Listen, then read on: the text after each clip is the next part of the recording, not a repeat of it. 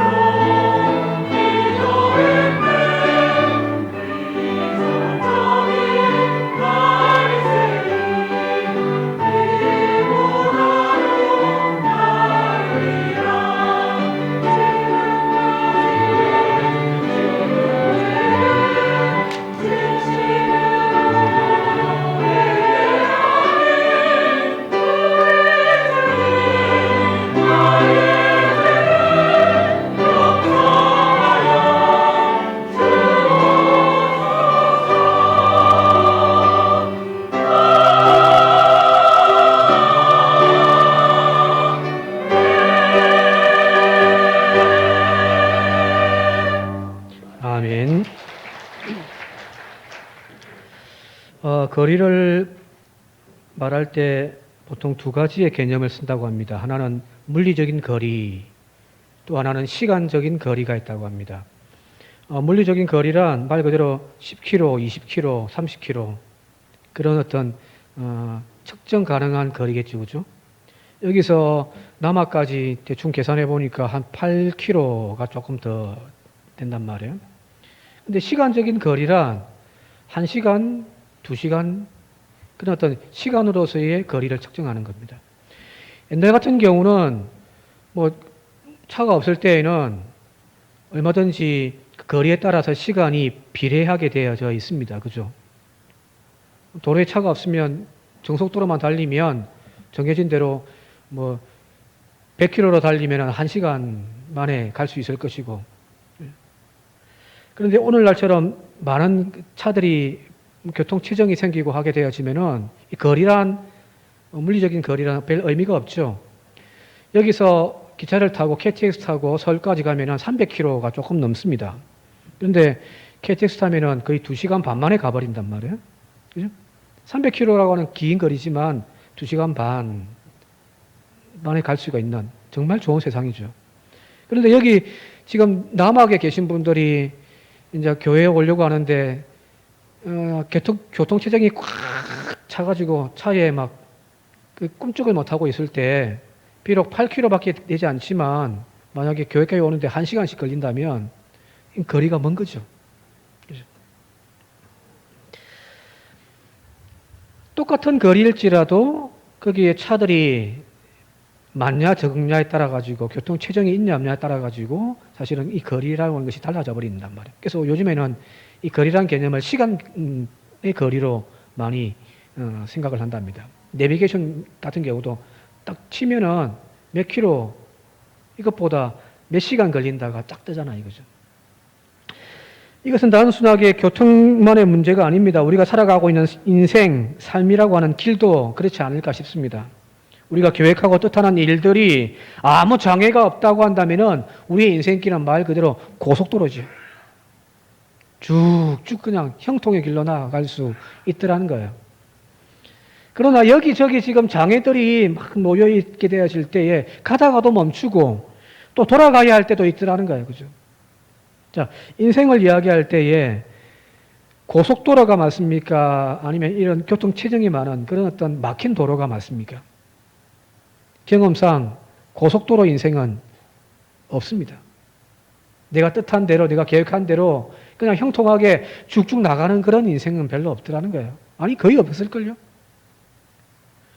대부분은 여러 장애들이 놓여 있어서 멈추기도 하고 돌아가야 하기도 하고 하는 그런 어떤 더딘 인생을 살아가는 것이 오늘 우리들의 인생이 아닌가라는 거예요.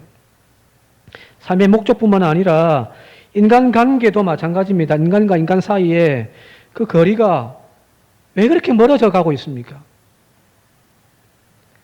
살을 매일 맞대고 살아가고 있는 부부 관계도 어떨 때는 막 남들보다 못할 때가 있잖아요. 그죠? 부부싸움하고 이제 한 이불에 침대에 누워 있을 때는 말 그대로 손만 뻗으면 닿이는 거리에 가장 가까운 거리에 있음에도 불구하고 등을 돌리고 누워 있는데 왠지 저 지구 반대편에 있는 사람보다 더 못한 것이 인간 간의 거리이기도 하잖아요. 마음의 거리에 이것저것 교통체증처럼 그 길을 막고 서 있는 그런 장애물이 있다고 한다면은 사람 관계도 이런 가깝지가 않은 거죠. 어제까지는 정말 친한 친구였는데 어느 날 갑자기 먼 원수가 되어지는 것도 오늘 우리들의 인간관계이기도 하잖아요. 그죠? 자, 그렇다면은 더 중요한 사실 하나가 있는데 그것은 바로 이 장애가 없는 인생길, 장애가 없는 사람과 사람 사이는 없더라는 거예요. 부부도 점 하나만 찍으면 남이 되고 그 점 하나만 빼면은 님이 되는 것이 바로 부부관계인 거죠. 우리의 인생길을 순탄하게 해달라고 형통한 길 걷게 해달라고 우리가 날마다 기도하고 있습니다만은 사실은 그런 인생길은 없습니다. 더군다나 여러분들 고귀하고 값진 그 목적을 향하여 살아가는 인생일수록 그 길은 더 먼 여정을 갈 수밖에 없단 말이에요. 왜요? 여기저기 발목 잡고 넘어뜨리는 그런 장애들이 더 많기 때문입니다. 그냥 적당하게 타협하고 살면은 힘들지가 않습니다. 목회도 그냥 어떤 분은 설교 준비하고 있을 때 전화가 한 목사 뭐 하요? 밥이나 먹자고. 설교 준비하고 있습니다. 적당하게 해. 교인들 못 알아들어. 그러신 분도 있단 말이에요. 저도 어떨 때 보면은 왜 이렇게 막 하고 있는지도 잘 모를 때가 있습니다. 적당하게 타협해버리고 그냥 적당하게 설교 준비하면 저도 편하죠. 그죠? 듣는 여러분들도 아마 편할 겁니다. 그런데 그게 아니라 정말 정성스럽게 만들려고 하면은 시간 더 걸리잖아요. 밥도 마찬가지고, 그죠? 대충 라면 하나 끓여가지고, 여보, 먹어. 얼마나 편해요. 그게 아니라, 이 양반이 지금 배탈이 났네. 뭘 먹으면 좋을까? 고민하면서 정성껏 하려고 하니까 시간이 오래 걸리는 거잖아요. 그죠? 그게 바로 고귀하고 가치 있는 삶이라고 한다면은, 그만큼 여러분들 우리의 인생길도 더뎌갈 수밖에 없습니다. 이 이치를 잘 보여주는 것이 바로 출애굽 사건입니다. 출애굽기 13장을 보게 되어지면 이스라엘 백성들이 이제 막 애굽에서 탈출하는 이야기가 시작되어집니다. 이제 젖과 꿀이 흐르는 약속의 땅, 가나안 땅을 향하여 가기만 하면 되는 거예요. 근데 실제로 보게 되어지면은 그 길이란 굉장히 짧거든요. 한번 지도 보여주시면 좀 잘 아시는 대로 저 시나이 반도 위쪽으로 지중해로 연결되어져 있는 저 길이 있습니다. 저 해안길이라고 하는데 대부분은 이제 상인들이라든지 오고 가는 길이 바로 저 길입니다. 해안가로 저 위쪽으로 놓여 있는 길. 그 길로 가면 걸어서 가나안까지 쉽게 7일이면 간단 말이에요. 그죠? 빠른 길이에요. 좋게 걸어서 7일만 걸릴 그 길인데 하나님은 이스라엘 백성들을 그 짧은 길로 이끌어가지 아니하시고 저 아래쪽으로 신광야로 돌려 결국에는 나중에는 40년이라는 시간을 헤매게 만들어 버리시거든요. 왜 하나님은 이스라엘 백성들로 하여금 그토록 고생스러운 길, 험한 길로 가게 하셨는가? 그 이유가 또 성경에는 또 자세히 또 설명해 주고 있습니다. 출애굽기 13장 17절을 한번 함께 읽어볼게요. 시작. 바로가 백성을 보낸 후에 블레셋 사람들의 땅의 길은 가까울지라도 하나님은 그들을 그 길로 인도하지 아니하셨으니 이는 하나님이 말씀하시기를 이 백성이 전쟁을 하게 되면 마음을 돌이켜 애굽으로 돌아갈까 하셨습니다. 이대로 가면 그 막닥트리는 그 지역이 블레셋 사람들 철기의 문명을 가지고 있는 그런 어떤 블레셋 사람들 땅으로 갈 수밖에 없단 말이에요. 지금으로 이야기하면 가자 지구겠죠, 그죠? 그게 지금 블레셋 사람들이 지금 땅을 차지하고 있단 말이에요. 맞닥뜨려야 되는데 지금까지 노예로서 살고 있던 이스라엘 백성들이 자율적으로 자기 스스로의 의사를 결정하지 못하는 그런 어떤 노예 근성에 빠져 있는 이스라엘 백성들이 그들과 만났을 때 전쟁이 일어난다면 그들이 돌아가 버릴 것을 하나님이 너무너무 잘 알고 계셨기 때문이라는 거예요. 지금 이스라엘 백성들은 애굽에서 430년간 노예 생활을 했습니다. 야곱이 그의 가족 70인을 데리고 내려간 이후로 430년 동안 거기에서 지내면서 노예 생활을 한 거죠. 대부분의 지금 이스라엘 백성들이 노예로 태어났습니다.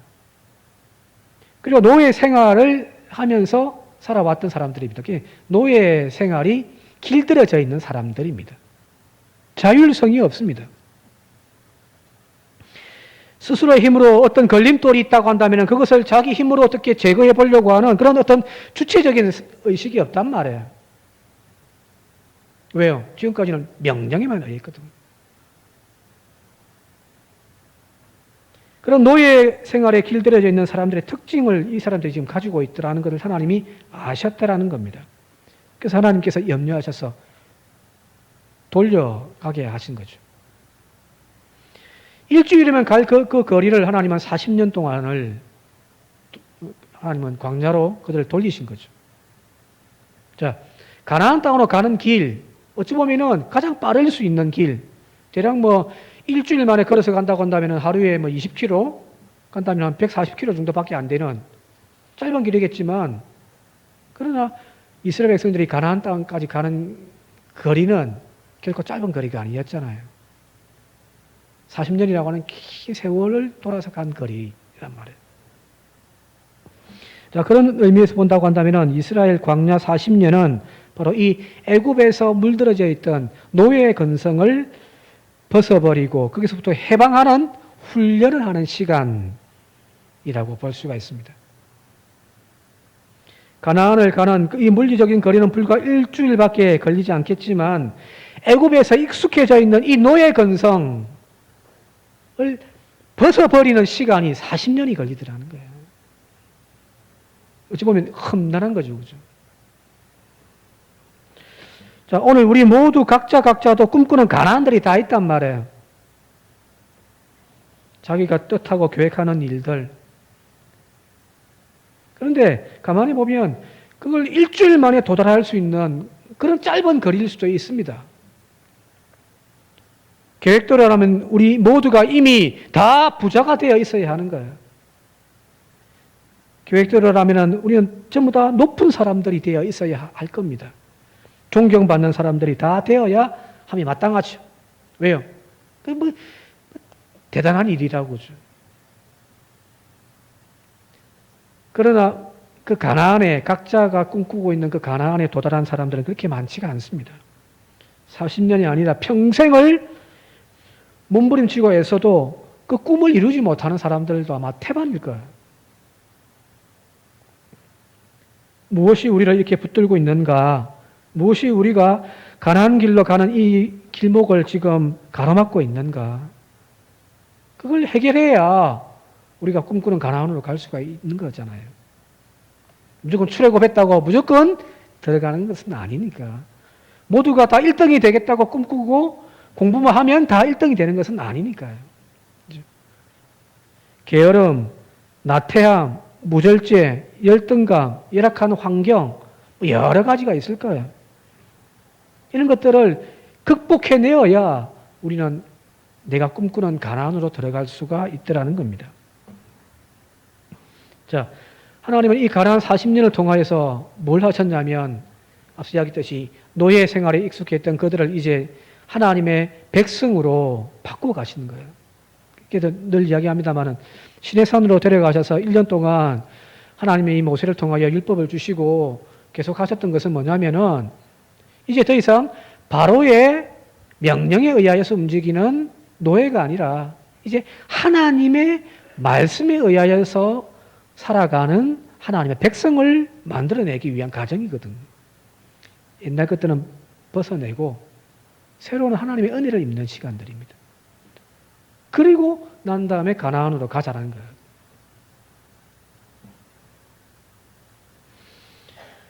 자, 모세도 신명기 8장 2절에 이제 가나안 이제 코앞에서 지난 40년의 시간을 되돌아보면서 이렇게 평가를 합니다. 신명기 8장 2절인데요. 함께 한번 읽어볼게요. 시작. 내 하나님 여호와께서 이 40년 동안에 네게 광야길을 걷게 하신 것을 기억하라. 이는 너를 낮추시며 너를 시험하사 내 마음이 어떠한지 그 명령을 지키는지 지키지 않는지 알려 하심이라. 모세는 지금 지난 광야 40년 동안의 모든 여정을 지금 평가하기를 뭐라고 평가하냐면은 가나안 땅에 들어갈 자격을 만드는 과정이었다라는 거예요. 그 자격의 기준이란 다른 것이 아니죠. 얼마나 큰 군대를 만들었느냐, 얼마나 많은 힘을 길렀느냐, 그게 아니에요. 오직 하나, 하나님의 말씀으로 먹고 사는 그런 존재라고 하는 신앙 고백이 있느냐 없느냐라요.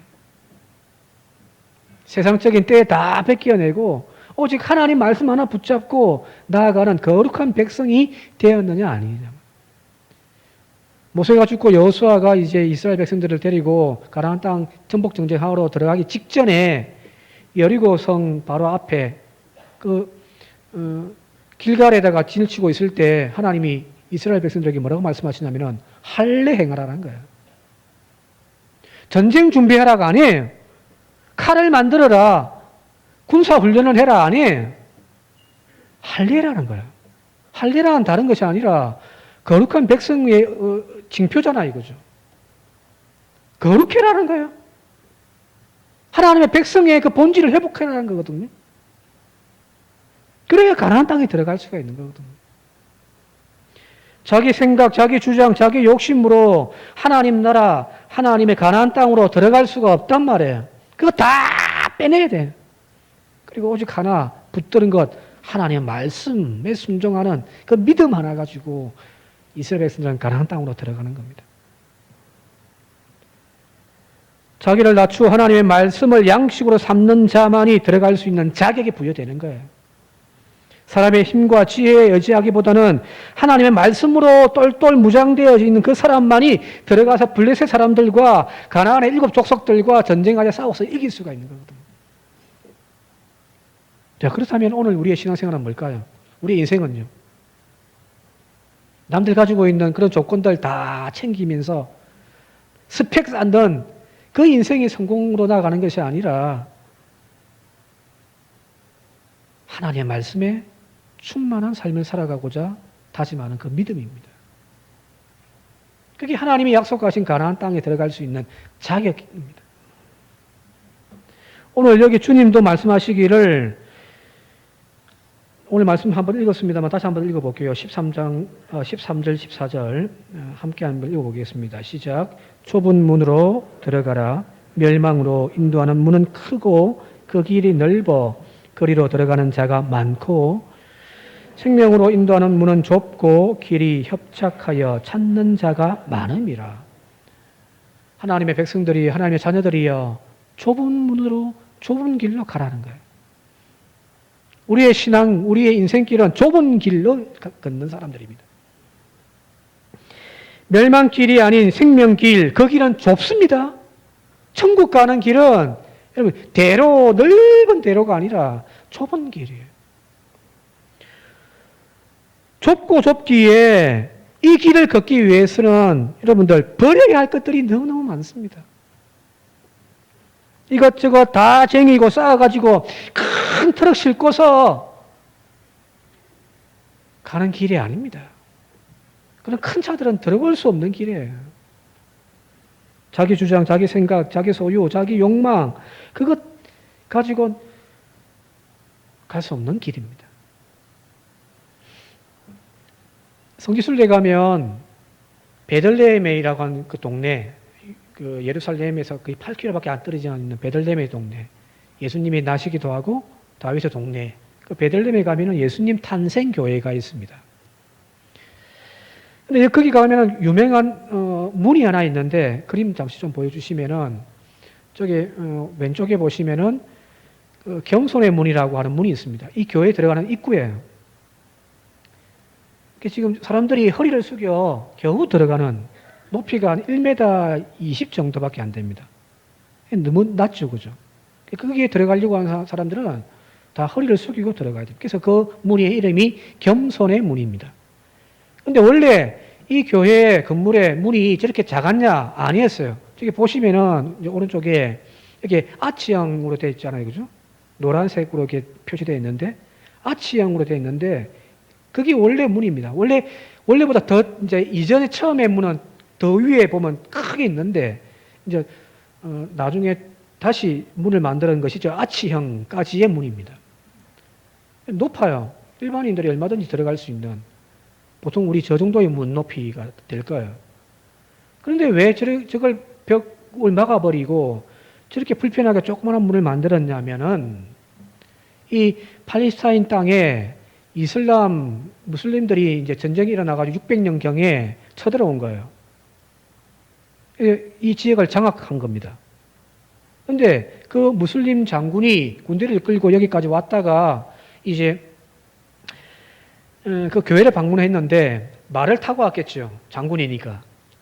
말을 탄 채로 앞서 이제 원래 있던 큰 문을 열고 말을 탄 채로 교회 본당 안으로 들어와 버린 거예요. 우리 이제 여기 본당을 한다면은 저 문으로 말 탄 채로 여기 와서 지금 여기 선 거예요. 하나님의 거룩한 성전이 말 발굽에 짓밟혀 버린 거잖아요, 그죠? 만약에 누군가가 지금 오토바이 타고 여기 들어온다면은 여러분들 가만히 있겠습니까, 그죠? 그런 경험이 있었기 때문에 말을 타고 함부로 들어올 수 없도록 저기를 벽으로 막아버리고 겨우 이제 1m 20 정도의 높이의 문을 만들어 놓은 거예요. 자, 우리가 하나님 앞으로 나아간다라고 하는 것, 그분의 뒤를 따라 살아간다라고 하는 것은 어찌 보면 주님께서 하신 말씀처럼 좁은 문으로, 좁은 길로 가는 거란 말이에요. 이 좁은 문, 좁은 길로 가는 우리의 마음가짐과 몸가짐이 어떠한가를 저 그림이 아까 잘 보여주는 거죠. 지금까지 내가 타고 왔던 말이 있다고 할지라도 거기에서 내려야 하는 거예요. 말 탄 채로 가면 더 편하죠. 더 빨리 갈 수도 있단 말이에요. 근데 아니에요. 내려야 해요. 겸손하게 허리를 숙여 나아가는 곳, 그것이 주님의 뒤를 따라가는 좁은 길, 좁은 문입니다. 근데 우리는 예수 믿으면서도 어떻게 기도하냐면 주여 평탄한 길 달라고, 내가 말을 탄 채 편안하게 이 길 갈 수 있게 해달라고 우리는 한단 말이에요. 아니. 그래서 여러분들 좁은 길, 이 천국을 향한 우리의 순례길은요, 내 삶에서 가장 중요한 그 한 가지를 선택하여 몸에 지니고 갈 수 있는 겨우 좁은 길이라는 겁니다. 이 좁은 길인데 뭘 그리 막 쌓아놓고서 큰 트럭에다가 쌓아가지고 이 믿음의 길을 가려고 하고 있냔 말이에요. 그러니까 잘 뭐가 안 맞아요. 우리가 가장 소중하게 여기는 것, 가장 필요한 것, 그 하나만 몸에 지니고 가야 된다고 한다면 그것이 무엇일까? 바로 하나님의 말씀입니다. 그래서 산상수훈의 핵심은 바로 이거예요. 너희가 무엇을 먹을까, 무엇을 입을까, 무엇을 마실까 염려하지 말라는 거예요. 또 그 뒤에 보면은 너희 보물을 창고에 쌓아두지 말란 말이에요. 그죠? 이 땅에 창고 쌓는 일에 분주하기보다는 오히려 하나님의 의를 품고 살아가는 존재, 먼저 그 나라와 그 의를 구하는 삶이 되어져야 한다는 거예요. 그게 믿음의 길이에요. 그런데 문제는 이 생명의 말씀 하나 붙잡고 이 길을 가려고 하지만 우리의 인생길에 수많은 유혹들이 있는 거죠. 이게 왠지 무거워진 거예요. 수고하고 무거운 짐진 자들아 다 내게로 오라. 내가 너희를 쉬게 하리라. 무슨 말일까요? 쓸데없는 짐질고 허헉거리는 인생, 그 쓸데없는 짐들 내려놓자는 거예요. 내 멍에는 가볍다. 그 멍에가 뭘까요? 하나님께 순종하는 삶이고 십자가의 삶이거든요. 어떤 바라문 교도 한 사람이 하루는 이제 제사를 드리기 위하여, 자기가 섬기는 신에게 제사 드리기 위하여 자기 집에서 가장 좋은 산양 한 마리를 이제 어깨에 메고 이제 제단을 향하여 쭉 가는 거예요. 희생제물 드리기 위해서. 그런데 그 모양새를 지켜보고 있던 나쁜 세 명의 사람이, 나쁜 사람 세 명이 그것을 산양을 빼앗으려고 합니다. 그런데 중간에 그냥 완력으로 강제적으로 빼앗는 것이 아니라 유혹을 통해서 뺐는데 그 방법이 이래요. 이제 제단을 향하여 쭉 이제 산양을 메고 쭉 오는데 첫 번째 사람이 딱 만난 거예요, 길에서. 그가 뭐라고 이야기하냐면은, 성자여, 제물로는 양을 바쳐야지 이렇게 더러운 개를 제물로 바치면 썩었어. 이렇게 한 거예요. 자기는 지금 산 양을 이렇게 바치기 위해 끌고 가는데 이 사람이 하는 말이, 대뜸 하는 말이 이게 양이 아니라 개라고 하는 거예요. 그랬더니 이 사람이 벌떡 뛰면서 하는 말입니다. 그거 무슨 소리를 하고 있어? 이것은 깨끗하고 흠없는 양이요. 그리고 이제 또 가고 있는 거예요. 가다가 두 번째 또 사람을 만났습니다. 근데 이 두 번째 사람도 뭐라고 이야기하냐면은, 지금 그 더러운 개를 제물로 바친단 말입니까? 정신이 있어 없어? 또 이렇게 이야기하는 거예요. 이번에 똑같이 이 바라문 교도가 이거는 개가 아니라 양이요 하고 또 걸어가는 거예요. 이제 마지막 세 번째 사람을 만났습니다. 근데 이 세 번째 사람도 똑같이 이야기하는 거예요. 이건 양이 아니라 개라고 이야기를 하는 거예요. 그때 이 바라문 교도가 찬찬히 자신이 지금까지 끌고 왔던 양을 바라보고 있습니다. 근데 웬걸요? 보니까 개처럼 보이네요. 그래서 그 양을 버려두고 갔더랍니다. 이 세 사람은 그 양을 이제 거두어 가버린 거죠. 무슨 이야기인지 아시겠죠? 그죠? 신앙생활하고 교회생활을 하면서 세상 사람들의 이 소리 저 소리에 우리들의 마음이 자꾸만 빼앗기더라는 거예요.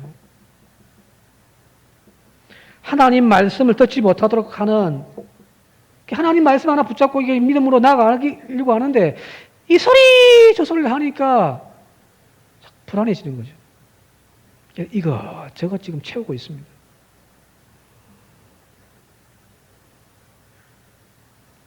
신앙의 길이란 이 사람 저 사람의 소리를 듣고 갈 수 있는 그런 넓은 길이 아니란 말입니다. 오직 하나님 말씀 하나만 붙잡고 갈 수 있는 좁은 길이기에 여러분들 쓸모없는 것들을 좀 내려놓으시기 바랍니다. 하나님 한 분으로도 족하지 않습니까? 남들 이것 가져야 된다, 저것 해야 된다. 며칠 전에도 누군가 통화하는데 목사님 주식 하시라고. 자기가 좋은 소스가 있다고. 자기도 지금 이제 그 어떤 뭐 수수료 내고 소스 받아가지고 주식을 하는데 지금 손해보고 있지 않다고 막. 저보고 주식하라고요? 돈도 없는데.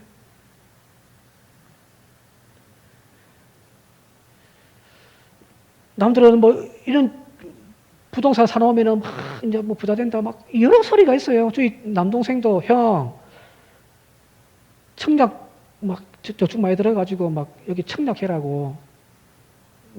걸리면 이게 완전히 대박 난다고. 자기 처남이 지금 그렇게 해가지고 몇 억을 벌었다고 막 내보고 해라고.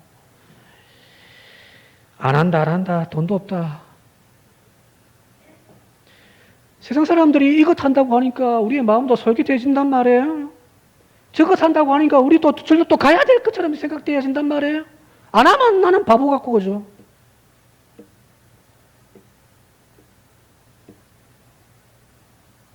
그러다 보니 어느 순간 우리의 삶이 말 그대로 무거운 짐이 되어져 버렸어요. 앞에 뭐 걸림돌이 있어 없고 문제가 아니라 내 삶 자체가 지금 무거워요. 힘들어요. 하나님은, 주님은 지금 뭐라고 말씀하시냐면 믿음 깊게 걸어가려면 그것 필요 없다. 다 내려놓으라는 거예요. 오직 하나, 하나님 말씀 하나 붙잡고 하나님 의를 붙잡고 나아간다면 그 길 끝에서 주님을 만나리라. 남들 다 가진 것 포기하고 말씀 하나 소유한 가난한 인생이라 할지라도 여러분들 그것이 진짜 복이 아닙니까? 한번 되물어 봐야 돼요. 나는 이것도 없고 저것도 없어서 나는 정말 가난하다. 그게 아니라 나에게 남들이 지금 쫓아가고 있는 그것들 하지 않는다고 할지라도 정말 하나님 말씀 하나 붙잡고 내가 있다고 한다면은 그래서 내가 가난하다고 할지라도 나는 진짜 부유한 자입니다. 왜? 마태복음 5장 3절에 주님이 말씀하셨잖아요. 산상수훈에서. 한번 함께 크게 한번 읽어볼게요. 시작. 심령이 가난한 자는 복이 있나니 천국이 그들의 것이며. 누가복음에는 가난한 자는 복이 있다고 이야기하는. 강남에 아파트 한 채 없는 나 자신이지만 우리는 그것보다 더 화려하고 고귀한 천국을 내 집으로 삼고 살아가는 존재들이잖아요. 가난해요? 그건 착각인 거지. 세상에 알아주는 직장과 명예를 나는 소유하지 못했다 할지라도 천지를 지으신 하나님의 아들, 딸이라고 하는 그 이름 주신 것이 나라고 한다면 가장 높은 것 아닌가요? 왜 그 소중한 것을, 가치를 알지 못한 채 이것저것 쓸데없는 짐들로 가득 채워서 내 인생길이 좁은 길이 아닌 넓은 길로만 자꾸 가려고 하고 있냔 말이에요. 주님은 지금 그런 우리를 향하여 지금 따끔하게 한 말씀 하시는 거죠. 나를 따라오는 길, 천국 가는 길은, 예수 믿는 길은 좁은 길이야. 그래서 내려놓아라는 겁니다. 다시 한 번 더 우리가 부르는 찬송의 가사, 우리의 입술에 고백이 되어질 수 있길 바랍니다. 찬송가 94장에 주 예수보다 더 귀한 것은 없네. 이 세상 부귀와 명예와 행복과 바꿀 수 없네. 세상 즐거움 다 버리고 세상 자랑 다 버렸네. 주 예수보다 더 귀한 것은 없네. 진짜 예수밖에 없네. 이 믿음의 고백이 입술의 고백이 아닌 우리의 삶의 고백이 되어질 수 있길 바랍니다. 좁은 길 가기에 내려놓으셔야 됩니다. 남들 쫓아다니는 것 다 쫓아다니지 말고요. 남들 뭐 움켜쥐고 있는 것들 다 움켜쥐어야 행복한 인생이라 생각하지 마시고 주 예수밖에 없다라고 하는 이 믿음의 고백으로 오늘도 천국길 걸어가는 행복한 성도 되어질 수 있기를 주님의 이름으로 축원드립니다.